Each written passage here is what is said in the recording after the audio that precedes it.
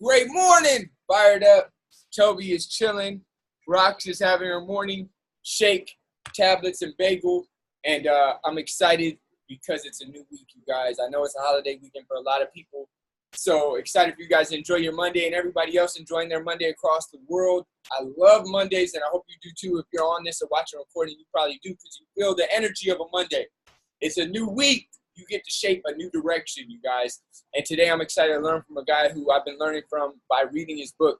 You know, they always talk about the importance of mentors, and maybe you can't always get the mentor, you know, you would really want right in front of you all the time because maybe they're, you know, really busy and, you know, a worldwide celebrity mentor, entrepreneur. So what you can do is you can get their book, and it's like having them as a mentor because they put the best of them in their book. So for me, I've been reading T.D. Jakes' Soar, his new book talking about how to get from where you want to go from where you're at, no matter where you're at. And I'm excited to learn more from him. This is an interview. We've listened to part of it before, but this interview already has 1 million views. So you can see how important and impactful it is. We're going to listen to another part of it. And I want you guys to be taking notes because they say you only retain about 5% of what you hear. It goes up to 30% when you write it down.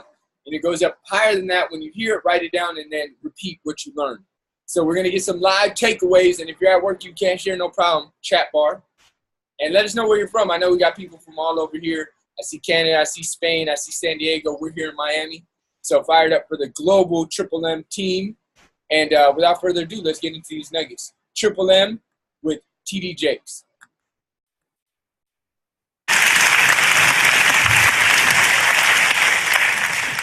When you mentioned it's not where you want to go, it's what you give up to get there, what have you given up to get where you are that people in the room might be surprised to know?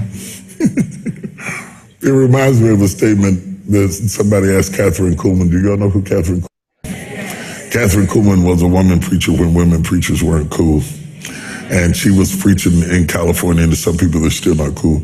And she was preaching in California and preaching for Full Gospel Businessmen Association. She was dramatic.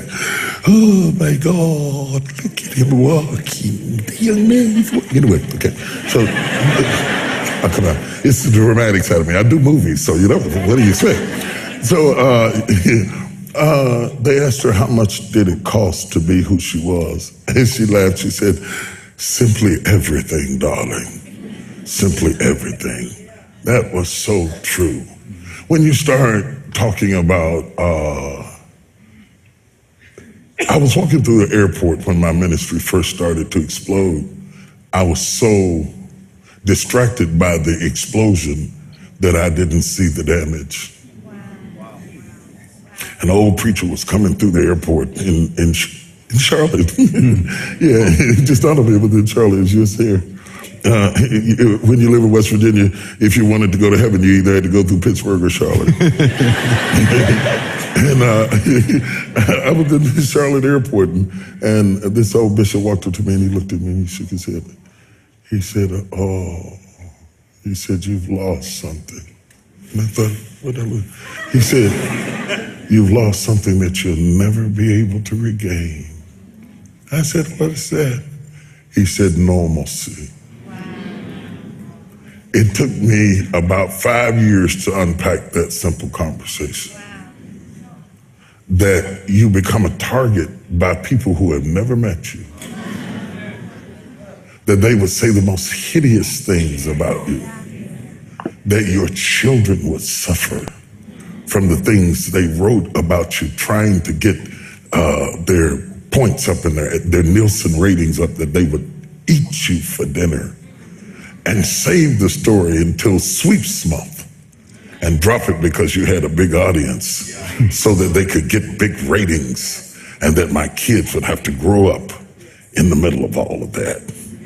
I was distracted by the explosion, but I would come to see the damage. I would see it in the tears of my children, the pregnancy of my daughter, the pains of my son, holding my wife in tears. And I would hold her in tears and preach faith and go home and lay down in a bed of fear. I said, God, where have you taken me? I'm gonna tell you this. This won't cost you, and I'm throwing it in free tonight. Now I'm gonna tell y'all, nobody else can hear this. Just us, y'all gonna keep it. I almost quit.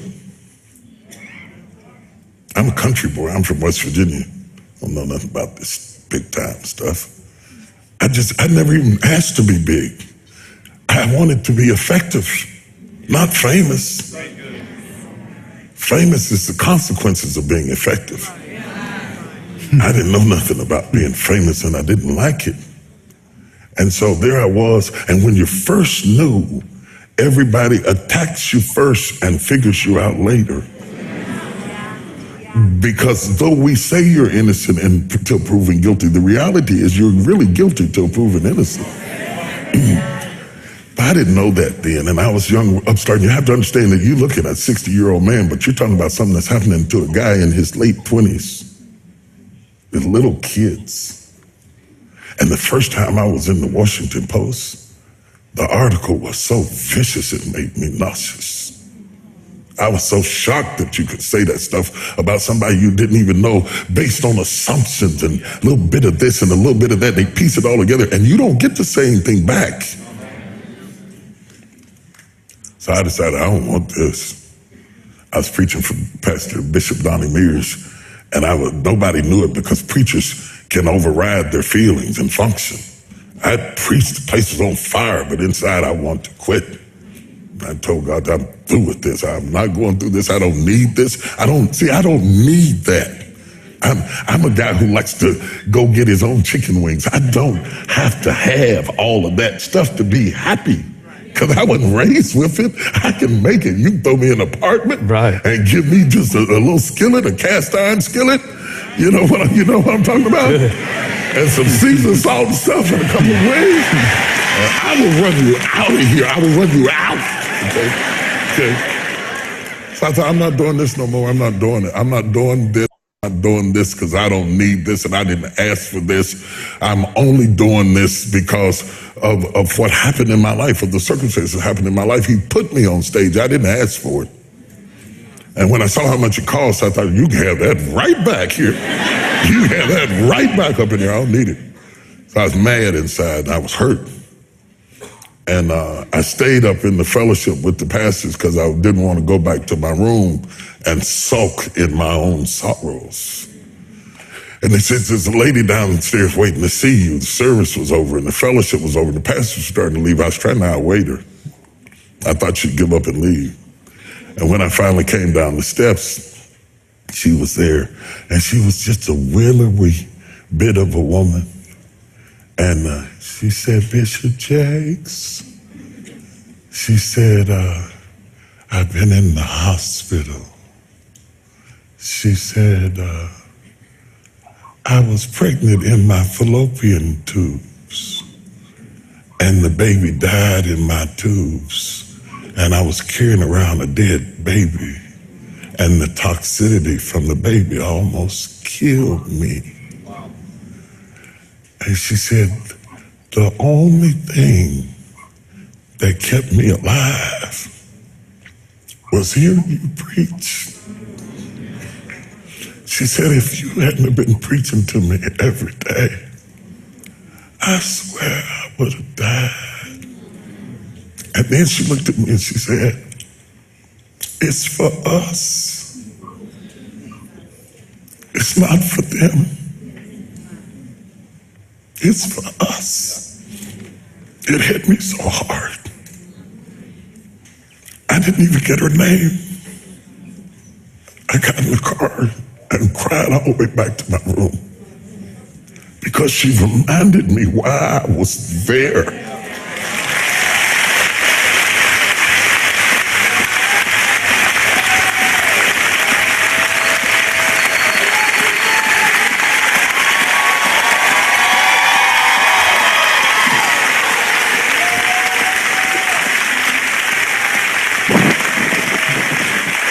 I just left last week when I text you. I was up in Baltimore in D.C. and I was doing a book signing. And this woman came up to the table to buy sword. She said, you don't remember me, do you? I said, no, she didn't even look like the same person. She's all dressed up and gained weight. She felt like she went sick. Wow. She said, I met you in the bottom of Donnie Mears church years ago, and I burst into tears. I lost it. I stopped the signing, and I jumped up and hugged her. If it were not for that woman,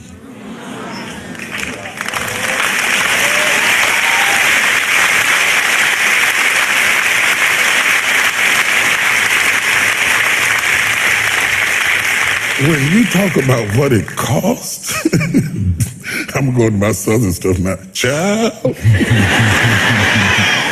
simply everything.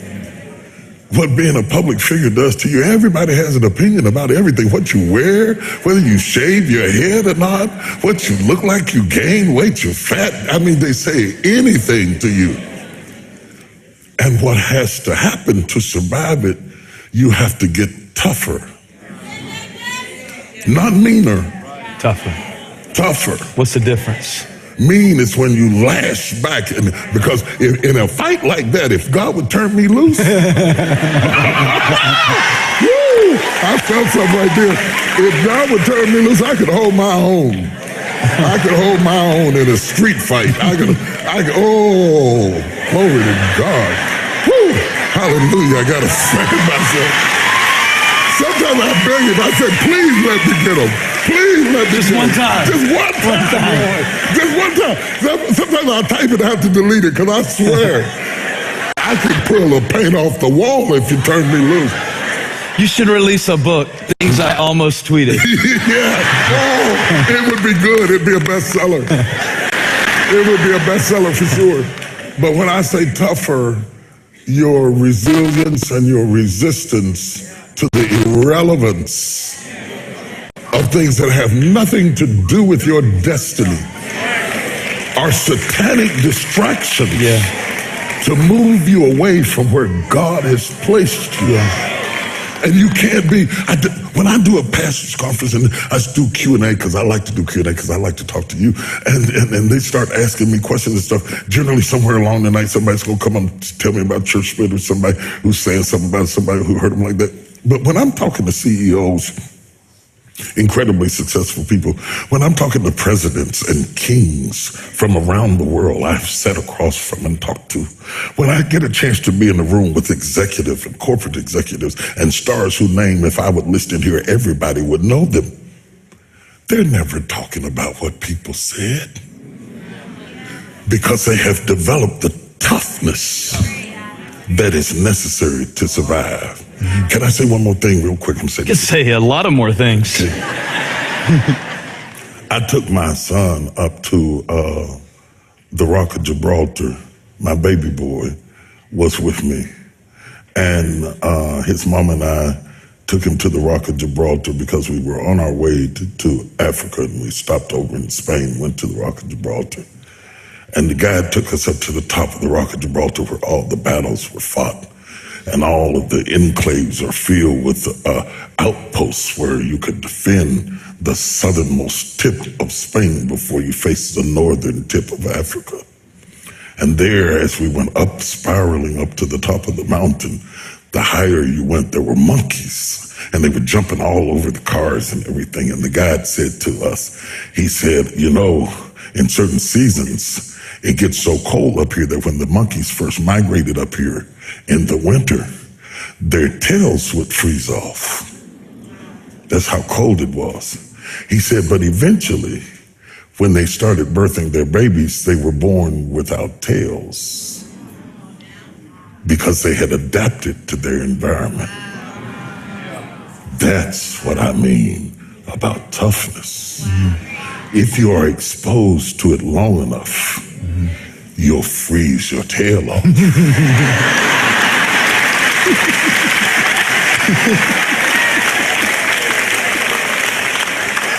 It's amazing. Tweet that, everybody. All right, massive nuggets. And I know you guys might be saying, why did he play that? I kind of got it, I kind of didn't. You guys, this was a little bit deeper of a message, but I'm going to break it down because you got to read the book Soar and then it'll give you more context. So I'm gonna fill you in on the context of why that video was so powerful. So he talks about in SOAR the difference in the generations. So for example, the baby boomer generation, which was like born after the World War II, that's his generation. He talks about they were born into a culture where hard work was normal. You didn't have a lot of stuff. Remember, the war took a lot of resources, so every family worked really hard. So they knew hard work created success. That was like in their culture. And then that hard work the success started to pay forward to their children. And then you see a new generation now with the millennials, which are people with technology in their life. And you see a different culture in the millennials or the technology-based like generation. What is it? Instant. On Instagram, you see instant success. On the cooking show, he talks about on a cooking show, they go from ingredients to finished meal in 10 minutes. Why? She goes over, the stuff is chopped up. She puts it in the oven, takes it right out. It's cooked, it's ready to serve. When that meal, in fact, took 2 to 3 hours, if not more, but because of technology and video, it looks like 10 minutes. So you see a difference in the culture of, the culture today thinks instant is the only way. And if it's not instant, it's not successful. And the reason I wanted to share that is because this is only for those of you watching live and watching the recording that really want real success. I'm talking about real success is where your parents went, you're going to go further. What's average, you want more than. What most people achieve and get, you want the next couple steps. This is who this is for. Your success is going to come at a cost. There's going to be people that don't understand what you do, why you do it, why you are the way you are, and it's going to take time. He says time, tenacity, and patience are what it's going to take. It's going to take all that. Because if you heard what he was talking about when he was starting to really make, he said, if you're going to be effective, you're going to be famous. What he started getting when he became more effective and famous? He started getting negativity coming towards him. Right? He talked about a time when women preachers weren't even popular. You guys. And now you see it's different. Things have changed. But you got to remember the people who create that change are going to come into some challenge. It's like the first boat in the water. The tip of the boat hits the most challenge in the water, right? It's got to create the wake. And I feel like so many people, whether they're Herbalife distributors, whether they're clients getting results, whether they're going for any of their goals and dreams, the minute they hit challenges, which are inevitably going to come in a new journey, they either do one of two things. They either say, hey, this is telling me I shouldn't do this, or this is telling me that I should and I need to get better. Remember what he talked about. You've got to adapt. And I tell you guys this because whether you're going on your health journey, whether you want to change your lifestyle, whether you want to change your finances as a distributor, when you start, there's going to be some challenges that come. Let me point out some common challenges that you will face if you're changing your lifestyle and your healthy eating. Your friends might look at you weird when you order certain things on the menu. Your friends might say, why are you not drinking 7 bottles of beer with us on a Tuesday? It's Taco Tuesday. Your friends might say, why are you going to the grocery store? You know McDonald's got us. They're going to say these things. Your family might even say them. Why aren't you eating at the table with us what we eat, you know, the regular stuff we eat all the time? I know that's giving your grandfather diabetes and your grandma's not here anymore, but hey, this is the culture, right? That's some things you're going to go against. I remember we had a bike on the balcony at my apartment complex where I grew up with. It was one of those balconies that if you turned your hips sideways, you probably couldn't get through. It was meant for this way, not this way, if you know what I mean. Like, it wasn't that wide. You couldn't really walk this way. You had to just look out, get the view, and go back in. And we had a little mechanical bike out there. I don't know who put it out there, but I was like, you know, when I was trying to get in shape, I got on the bike. I was like, man, I just got to figure this out. I'm out there in sweats. I'm feeling like Rocky. And then somebody in my family comes out and says, haven't you lost enough weight already? What are you trying to do? And in that moment, I could have let that person direct my actions by their opinion and say, you know what, I have lost a little bit of weight. I was a little overweight. I lost about 10 pounds. And I was looking all right. But in my head, I knew that there was more I was capable of, and I had more levels that I wanted to get to. I wanted to go from all right to 6-pack. Damn. That's where I was trying to go to.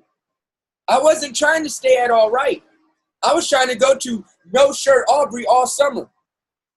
From a place of shirt on at the pool, you know, kind of mentality.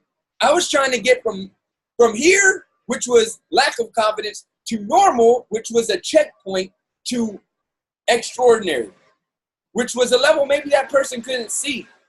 So they were going to make comments. And I'm saying this for you because as you go on your journey, the comments, the challenges, the ridicule, the opinions of people you don't even know are going to happen. And the time is going to be necessary because you're probably not going to take off in the first night. But if you got any big goals and dreams and new things that you want to create for your life and the family going forward, A, know that it takes time. B, know that challenge is a part of the journey. And then C, you got to do exactly what TD Jake said. You got to get tougher. You got to get tougher. I see so many people nowadays, and I usually keep these thoughts to myself. And I don't know what it was because I wasn't necessarily brought up in a hard home where we didn't have a lot of stuff. We didn't have everything, but we weren't poor. But we got a little tight around times. But I feel like so many people don't know what real work is and what it really takes to get things done. Like, for example, we have some people come into Herbalife and they become distributors, and we help people with these products. And some people say, you know what, this is hard. This is hard.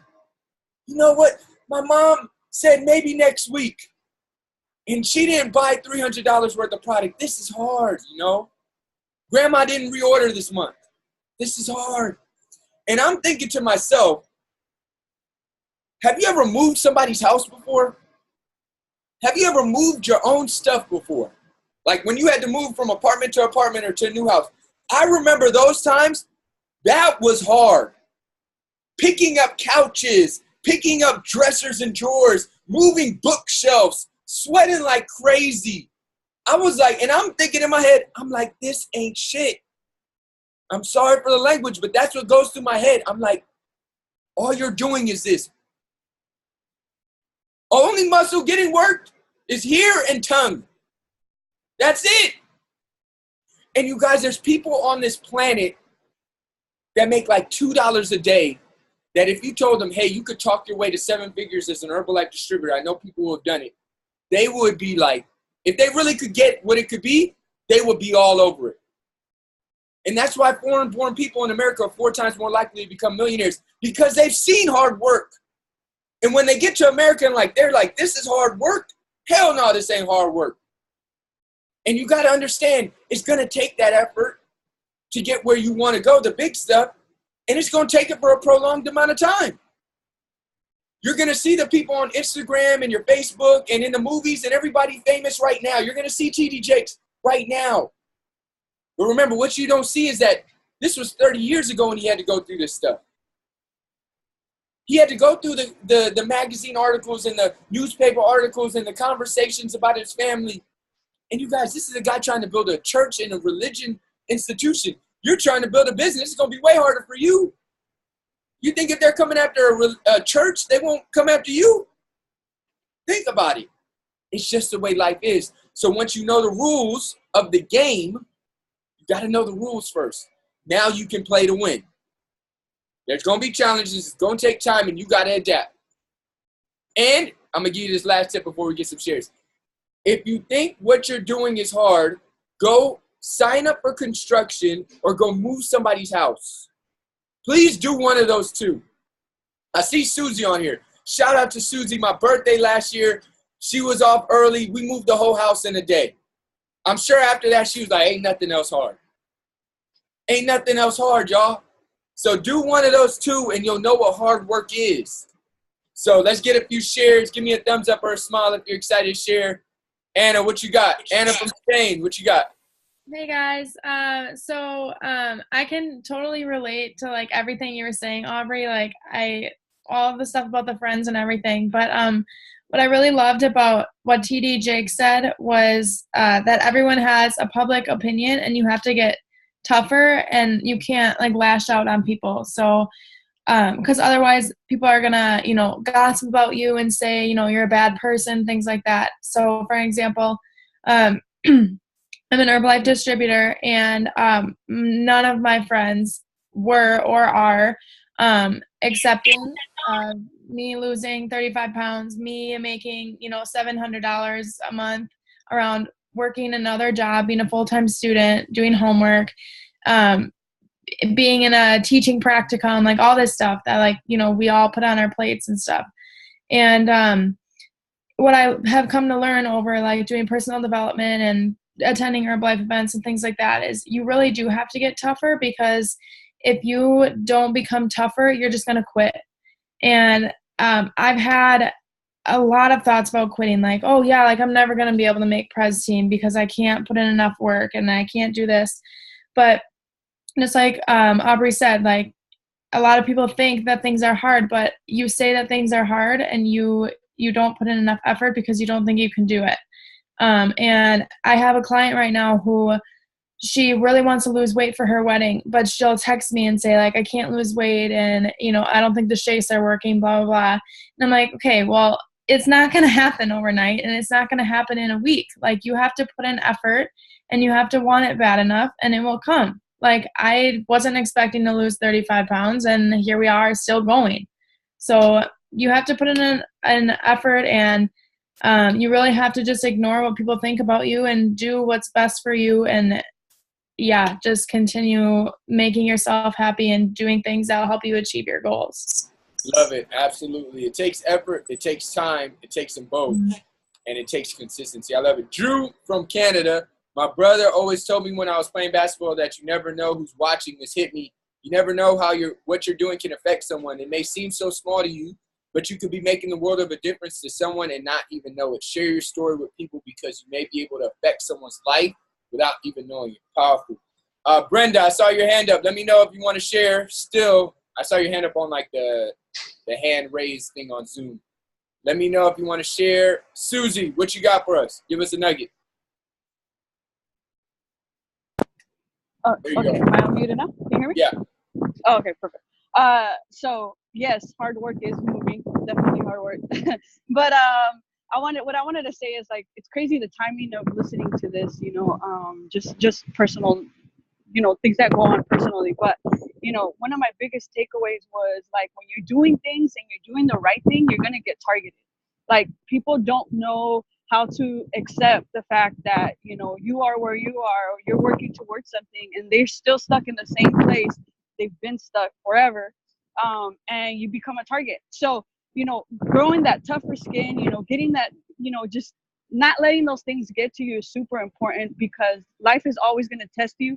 I like when he said about that he could hold his own, because of he could throw it down, and he could, it's crazy because I think even me, if I look at the way I used to think and just the way I used to deal with situations, my form was always attacking. It was always attacking. And recently I've noticed even with having family things come up, I feel my sense is not even attacking anymore, because there's no sense of me trying to prove how different I think or I perceive things, or how I'm not even trying to make them understand me anymore. You know what I mean? It's just me, it's all right, they are where they're at, they're not gonna understand what we got going on, and I'm being attacked right now. It's almost like your integrity, your commitment, your just everything is being questioned. They're trying to make a question, and you just gotta be tough and not let it get to you. Powerful. Absolutely. I always remember the saying, don't argue with a fool, because from a distance, people can't tell who's who. I used to want to convince everybody. I'm going to convince you. Herbalife is the best. This is amazing. And I look back now and I know why I did it. I did it because I had bought into Herbalife, because Herbalife became my mission, because it aligned with my personal mission, which was health and wellness for people. I believed in that mission before Herbalife. Herbalife just became my vehicle. All you guys believe in Herbalife because it aligned with something inside of you. And then Herbalife became your vehicle. And then I felt like when they would attack Herbalife, they were really attacking me. Because if you would attack something that I say I believe in, that's my mission, you're attacking me. And I had to separate it from that. They weren't attacking me. They were attacking Herbalife because they didn't really know Herbalife, because they had not seen what I had seen. And I remember this saying from a distributor. I can't remember who it was, But they said if they knew what we knew, they do what we do. And I had to remember my family that was questioning, my friends that were questioning, my business, like people at my work that were questioning. I got sat down by my job, said, hey, you cannot solicit here, even though people were asking me, broke out the handbook on me and everything, said, hey, Aubrey, right here, it says you cannot solicit at work. I said, okay, I'm not. Anybody asked me, I met them at Starbucks after, but okay. I wasn't at that place for long. Why? Because I knew it was time to grow out of there. I had a boss that was unhappy, unhealthy, didn't spend any time with her 3 to 4 kids. And I knew that if I stayed there, I would become her. So these were all telltale signs. It was time for me to get out of there. So I took that when they sat me down was, okay, Aubrey, you just got another warning sign and reminder. It's time to get out. I didn't take it as I'm doing the wrong thing. I need to stop. I took it as, Aubrey, it's time to push the pedal harder. You need to get out of here. So it's all about how you take these things and understanding everybody's not going to see it like you. But if you stay clear on your vision, clear on where you're going, you guys, there's nothing that can stop you. This is the only thing that can stop you. Grant Cardone said in his book, How to Stay Motivated, he said the only way you can lose is if you quit. Because if you quit, you're out of the game. But if you never quit, you're still in the game. Who's ever seen a fourth quarter the team come back out of nowhere? Just check Tom Brady out last Super Bowl. You think people didn't count him out? People left the game early. You never count it out because if you're still in the game, it doesn't matter what time in the game you win, right? It only matters that you win. You guys, I just saw a thing of a President's team member. That's the top 1% of Herbalife. They make a multiple 6-figure income. She started at 64, hit President's team, I think, at 84. 84 years old, won the game. I was like, fourth quarter, don't quit. Ain't no excuses. Grandma's balling. Great-grandma is balling. So fired up, you guys. Have a great Monday. I hope you guys had a great time. Share this, pay it forward. Either take the flyer and pay it forward with your nugget, take a picture of yourself or some kind of nugget with TD Jakes and pay it forward. Pay forward the recording. Don't leave it with you. Join us next Monday. I'm going to take everybody off mute. Where you at? Happy Monday! Have a great week. I'm fired up. I'm sweating. Fired up. Fired up. Fired up.